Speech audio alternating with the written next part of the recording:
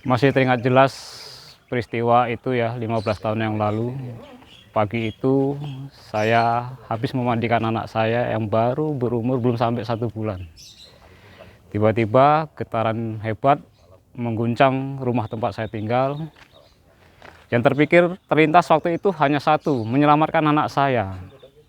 Saya sadar waktu itu terjadi gempa. Hanya saja waktu itu respon saya dan tetangga yang lain sama seperti yang lain. Teriak-teriak. Sementara kita bingung. Setelah gempa ini apa yang akan terjadi? Karena waktu itu banyak orang panik. Provokasi banyak yang mengatakan tsunami itu banyak sekali di jalan-jalan. Sementara orang-orang yang belum paham sama saya tentang gempa lari ke alun-alun untuk menyelamatkan diri. Waktu itu saya masih sadar, bertanya pada istri saya, kali yang paling dekat sini mana? Gajah Wong. Nggak mungkin ada tsunami, saya pikir gitu. Karena tsunami itu tidak mungkin masuk lewat Gajah Wong. Saya masih sadar waktu itu, tapi saya kalah argumen dengan teman-teman yang lain. Saudara-saudara saya, tetangga saya lari semua ke arah Timoho. Sementara saya tetap bertahan menggendong anak saya dan saya yakin gempa ini tidak akan menimbulkan tsunami besar seperti yang ditakut-takutkan banyak orang waktu itu. Dari situ saya mulai belajar. Setelah peristiwa ini saya mendirikan Museum Gempa Profesor Sarwidi untuk mengedukasi masyarakat bahwa gempa itu adalah fenomena alam biasa, bukan untuk ditakuti tapi diakrabi.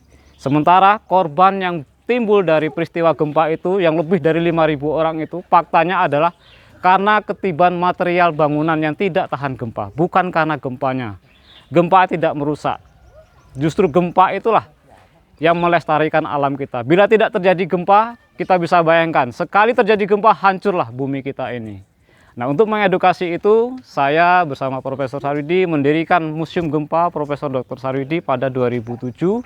Dan alhamdulillah sampai hari ini museum ini masih tetap berjalan.